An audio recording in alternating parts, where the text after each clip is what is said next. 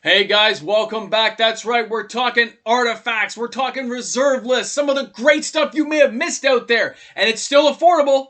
It is. It's coming at you. Just stay tuned, we're going to talk about it.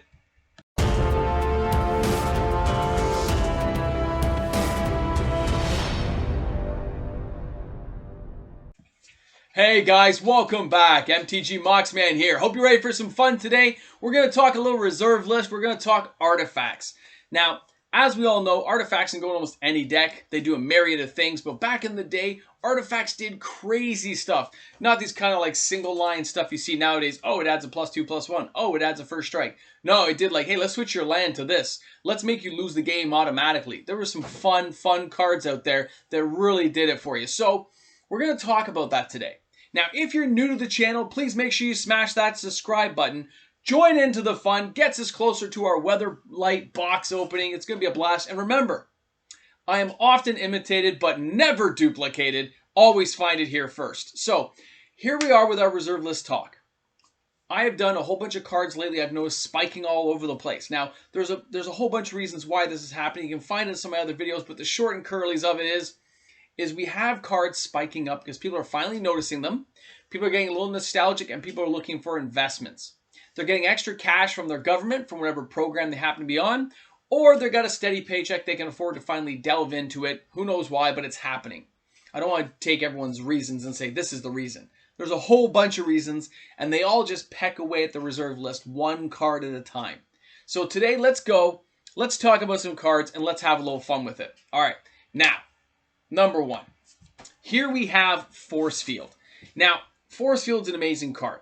The current Force Field listings is, and I included a collector edition because some of the old school play lets you use collector editions just because there's such a limited amount of the old school cards available. Force Field is a 3 casting cost artifact.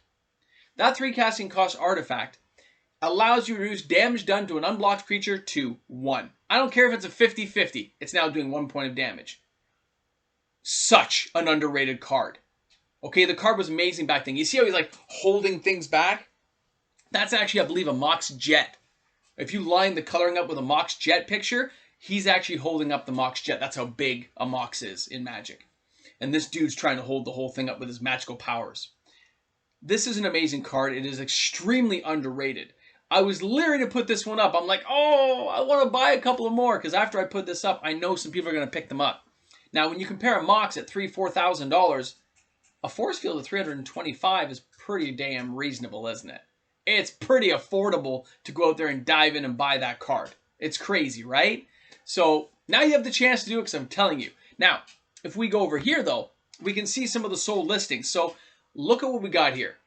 We have got cards here, and those cards right there are saying, hey, it's like 108, 132, and 325. And in the last month or two, we go over there, and you can see it says 126, best offer accepted. 324, 374. Those prices are staying pretty linear to where they should be, right? They're not jumping out. They're not falling down, which means it has some steady sales, but no one's picked up on the fact of how amazing this card is. People consider it a secondary card. This is playable in Commander. It's Commander legal. You can like jump in and use this card, which makes it even that more usable when somebody gets some giant creature beasting out at you. And it gives the opponent something to think about. So at those price ranges, at $108, come on. That's a very affordable card for an old school collector edition that hasn't jumped up like a Mox hitting $800, $900, or even $1,000 in collector edition. So I highly recommend picking this card up. It is definitely on my top list to buy, okay? Awesome card. Now, our number 2 card today. We have the Ring of Maroof. Now, Ring of Maroof is, of course, from Arabian Nights. We're talking the old school, the first expansion kind of based on Earth mythology. The Wizards had to branch out and make it to a new plane of existence called Rabia. Now, when you go ahead and look at that, you see they're asking 85, 105, and 98. Okay, so just around that $100 mark, give or take. There was only a 5 million print count for the entire set. Okay, this set is very small, and there was only 5 million cards in total printed. So think about that. When there was 8 cards in a booster pack, 60 booster packs in a box, there wasn't that many boxes printed, was there? If there was only 5 million cards. This is 1/3 the size of Antiquities. And people don't seem to realize that this has a finite life of how many cards are out there, which is why all the cards are kind of boosting up, even the ones that aren't in great shape. Now, when you look at the sold listings, 51, 58, and 60. Okay? So it's gone up a little bit since these ones sold, but not hugely. And I didn't put it up there, but there was a really beat up copy. I mean, really beat up, heavily played, basically damaged. It was like $44, but I didn't put it on because it didn't fit with kind of like a reasonably played card. But if you had to get one, you could. And what the Ring of Maroof does is it allows you to go outside the game and bring any card outside the game and bring it into play. Okay, instead of drawing a card. But what I saw one time at a tournament was the guy used the Ring of Maroof, this is back in the day, and he went and got his Wayne Gretzky rookie card. And people were like freaking out. You can't get these. It says I can get a card. Didn't say it had to be a Magic card. Now, of course, this card has been errated since then, but he put that Wayne Gretzky rookie card down on the board, and the guy, his player opponent, was like, that card doesn't do anything. He goes, you're right, it doesn't. But Wayne Gretzky, the king of hockey, the great one, is now in Magic. It was just a funny thing the guy was trying to do. And it made his point. The card's been errated since then. You have to use something from your sideboard. Something's been exiled. So it's still an amazing card. And it's still, again, it's playable in Commander to go and get things that may have been exiled or taken out of the game. So it's not a horrible card to use still. Especially if you build some things around it to kind of boost that card up. And again, it's Arabian Nights. It's very limited, okay, on how many are actually out there. So, I mean, I think there was a PSA or BGS 9 for like $200 still. Crazy good buy, guys. Crazy good. And you gotta remember, I'm trying to give you cards, guys, that other people don't really know about. So hopefully you guys can take advantage of it. But if you don't, you just like the information, hey, take the information. All right. Next up, I know, Cyclopean Tomb. Now, again, Cyclopean Tomb is an amazing card. Very underrated. What we have over here, you're seeing the sound listens right now. Again, I put a collector edition in. Collector edition, $30.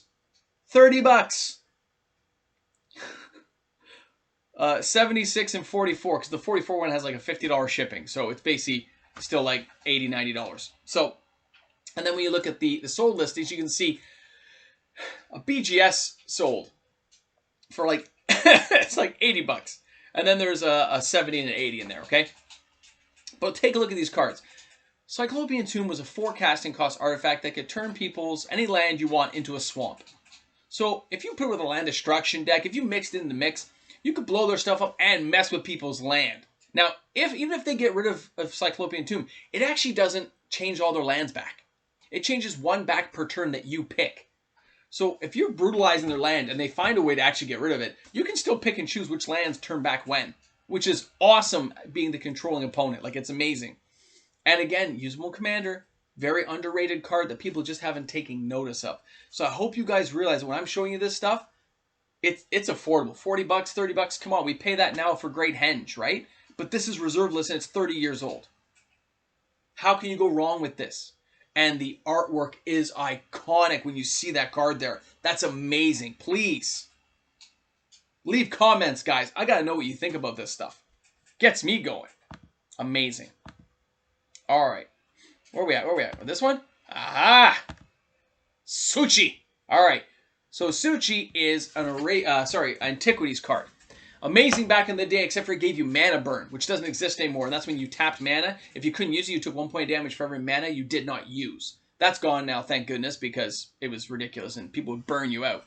So Tsuchi, as you can see, you got over here and you see it's going for 80, 70, 90, but the sold listings were 50, 40, and 40.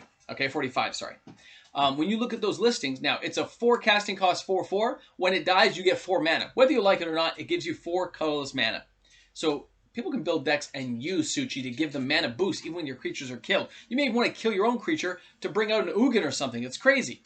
So look at that as an amazing card, and it's a 4/4 for 4. So Tsuchi was an amazing card even back then. It's on the non-reprints list. It isn't going anywhere, but it has already jumped up in price to say, I'm amazing.